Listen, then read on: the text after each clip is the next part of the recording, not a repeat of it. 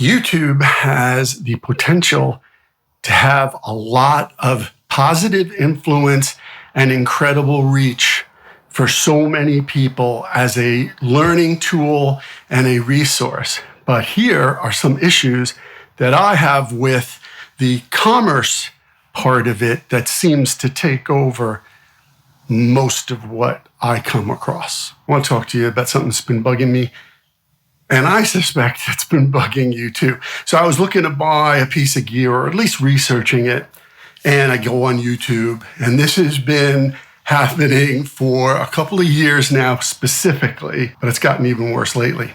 So I'm looking, I put it in the browser, go to YouTube and look up this particular piece of gear, and there's a lot of videos. So there's different categories, right?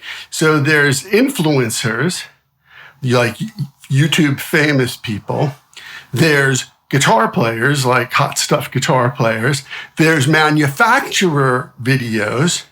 And then there's videos of people who get paid to do it, who also might be influencers. And it's very confusing. And here's why. First reason is, if you go to the manufacturer's demos and you're reading, because I like to read the comments and see, okay, I'm going to listen to the demo.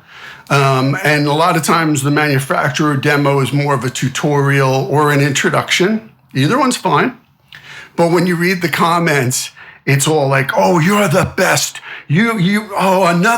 Another brilliant genius pedal from the mind of, oh man, I'm a huge fan of everything you put out, and blah, blah, blah, all the way down the line.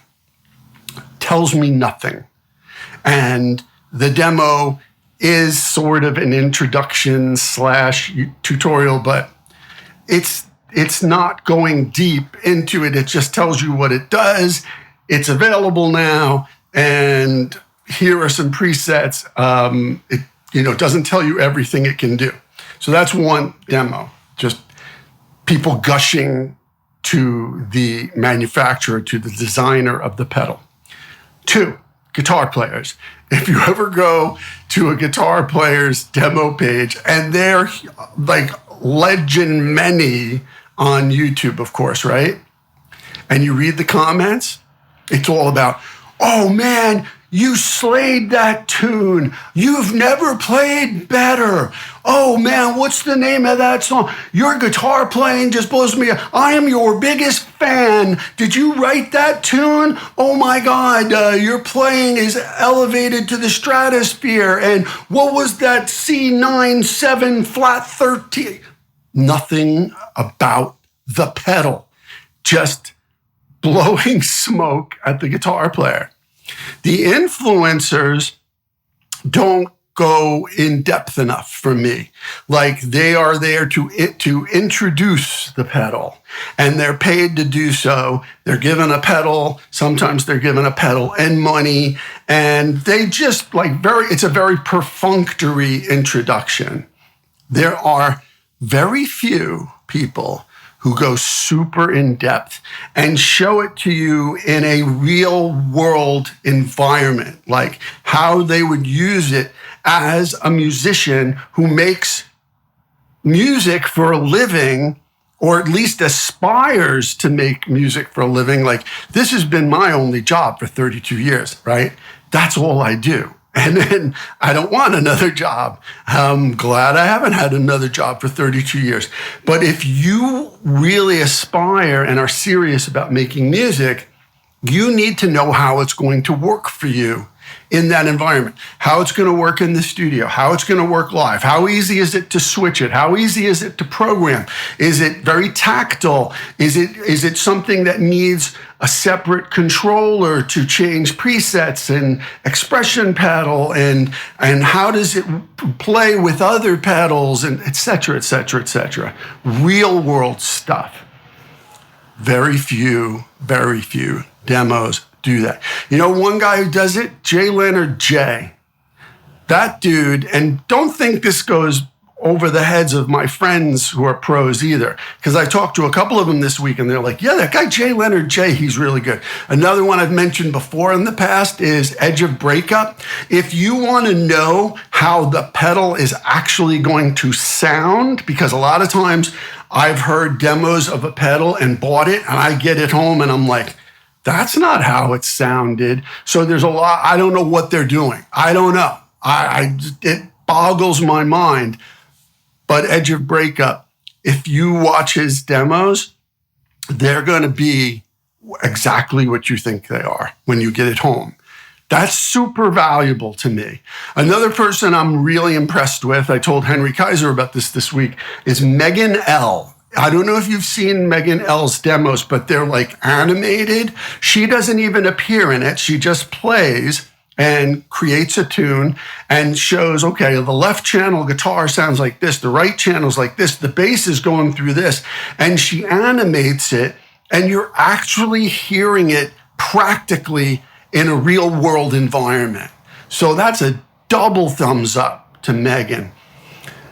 The fifth type of demoer is trying to sell you something all the time. All the time. I mean, there's people, look, and there's some of these people I like, a couple of them I know personally, but it's gotten so out of hand that they're just trying to sell you something all the time. They're not showing you all the details in a real world environment.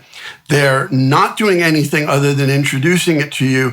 They are definitely pushing it on you without telling you any of the drawbacks because they're getting paid and they want to stay in favor of whoever that manufacturer is. Like, oh, they want the next Boss pedal to be sent their way or whoever.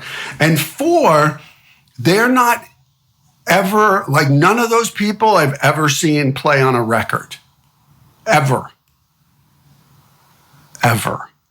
Right? They're great players.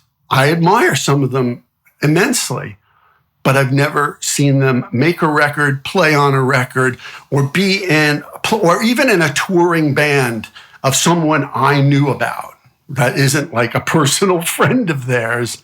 That's like, and that doesn't mean they're not skilled and they don't deserve it, but you know what I mean, right? They're always trying to sell you something and they don't have any professional experience to back up what they're trying to shove down your throats.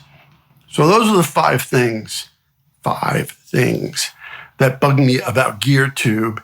And I really wish they would change, because the other thing is the algorithm for YouTube. It's like, I can teach you everything I've learned over the last 32 years about the music business. And that includes gear, but it includes how to write a song, how to behave at a recording session, how to become a better studio musician, how to become a really good producer, how to work with artists, how to write for specific artists, how to get better vocals out of artists, how to do mastering, and on and on and on and on and on. But the algorithm wants me to talk about gear, because that's when things go crazy. It's not about gear. And I find it hilarious that the people who have 10,000 views and followers, it's all gear, and they're trying to sell you something, and they don't really have any real world experience. There are a few, I get it, there are a few, but those few are not currently, if they had any experience in the past, they're not currently working with any major artists. That kind of tells you something. So that's my little rant, my little beef with GearTube. The algorithm wants us to buy stuff, I guess. But I think what's more important is being great at what you do and developing your innate talent and ability to the furthest extent that you can, and putting it to work practically and meeting other people who you can learn from and grow, right? It's about growth. Like, I don't think after this amount of time, after 32 years, I would be happy or satisfied in my career, which I am extremely happy and satisfied, if I didn't grow. I needed to grow. I needed to learn. I needed to develop. And I think that's what we're put on earth here truly to do, and then pass it on to the next generation, which is what I'm trying to do for you. So, yeah, I've got a problem with people trying to shove stuff down our throat and sell it to us when it has nothing to do with money. It has nothing to do with dollar signs and merchandise. It has to do with this and this. Heart and soul. Heart and soul. What do you think?